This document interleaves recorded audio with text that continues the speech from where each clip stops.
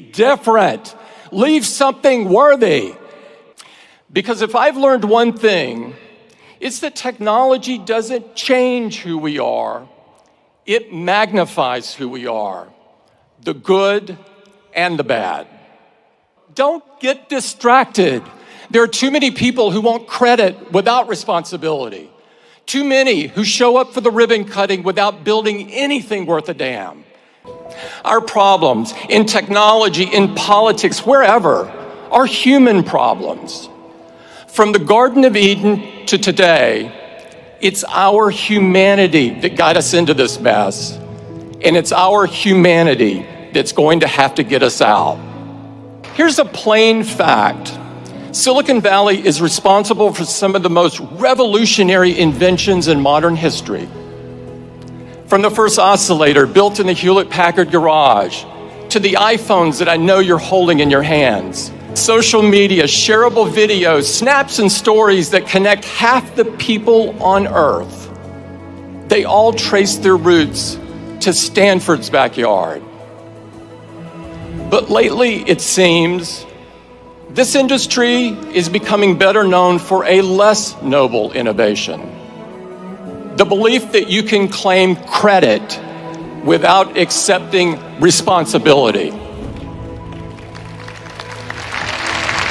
We see it every day now, with every data breach, every privacy violation, every blind eye turned to hate speech, fake news poisoning our national conversation, the false miracles in exchange for a single drop of your blood. Too many seem to think that good intentions excuse away harmful outcomes.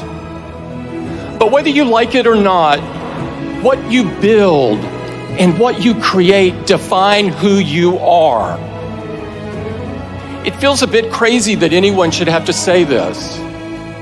But if you've built a chaos factory, you can't dodge responsibility for the chaos. Taking responsibility means having the courage to think things through.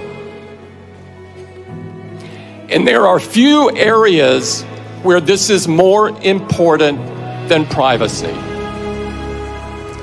If we accept as normal and unavoidable that everything in our lives can be aggregated, sold, or even leaked in the event of a hack, then we lose so much more than data.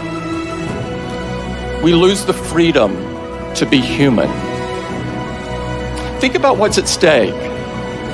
Everything you write, everything you say, every topic of curiosity, every stray thought, every impulsive purchase, every moment of frustration or weakness, every gripe or complaint, every secret shared in confidence.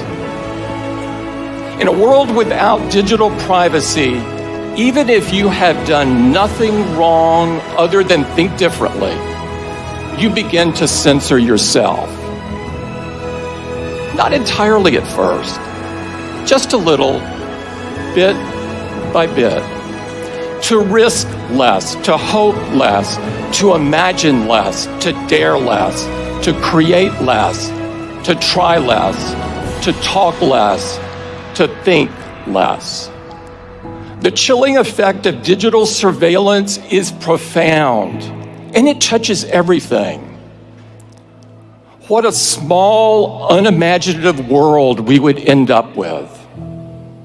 Not entirely at first, just a little, bit by bit. Ironically, it's the kind of environment that would have stopped Silicon Valley before it had ever gotten started. We deserve better. You deserve better. If we believe that freedom means an environment where great ideas can take root, where they can grow and be nurtured without fear of irrational restrictions or burdens, then it's our duty to change course. Because your generation ought to have the same freedom to shape the future as the generation that came before. At the very least, learn from these mistakes. If you want to take credit, first, learn to take responsibility.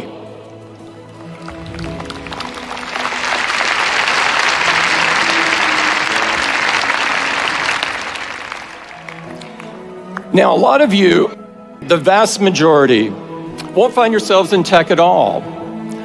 That's as it should be. We need your minds at work far and wide because our challenges are great and they can't be solved by any single industry.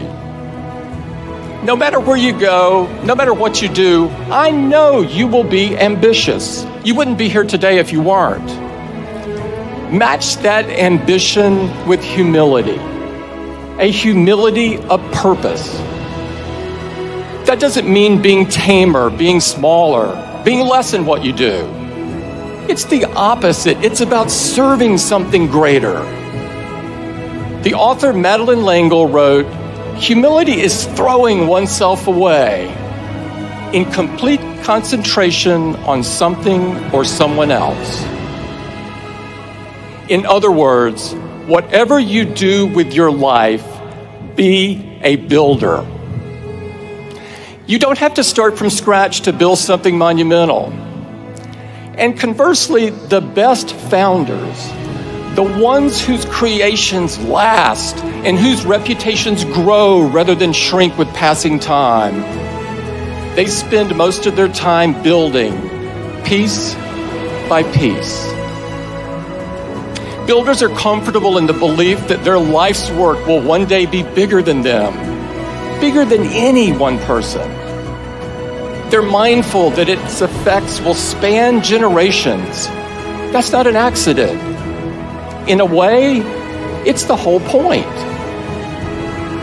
14 years ago, Steve stood on this stage and told your predecessors, "Your time is limited, so don't waste it living someone else's life."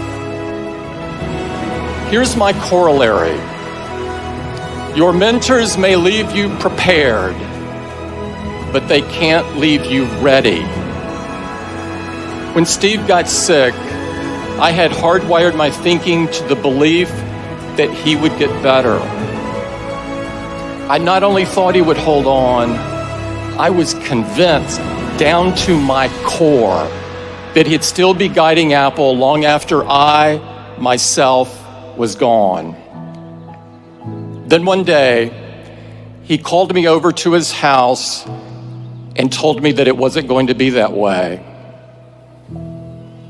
Even then, I was convinced he would stay on as chairman, that he would step back from the day-to-day but always be there as a sounding board. But there was no reason to believe that. I never should have thought it. The facts were all there. And when he was gone, truly gone, I learned the real, visceral difference between preparation and readiness. It was the loneliest I've ever felt in my life, by an order of magnitude. It was one of those moments where you can be surrounded by people, yet you don't really see, hear, or feel them. But I could sense their expectations. When the dust settled, all I knew was that I was going to have to be the best version of myself that I could be. I knew that if you got out of bed every morning and set your watch by what other people expect or demand, it'd drive you crazy. So what was true then is true now.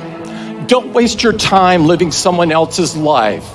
Don't try to emulate the people who came before you to the exclusion of everything else, contorting into a shape that doesn't fit. It takes too much mental effort that should be dedicated to creating and building. You'll waste precious time trying to rewire your every thought. And in the meantime, you won't be fooling anybody. Graduates, the fact is, when your time comes, and it will, you'll never be ready. But you're not supposed to be. Find the hope in the unexpected. Find the courage in the challenge. Find your vision on the solitary road. Don't get distracted. There are too many people who want credit without responsibility.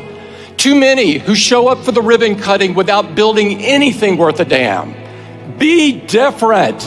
Leave something worthy. And always remember that you can't take it with you. You're going to have to pass it on. Thank you very much, and congratulations to the class of 2019.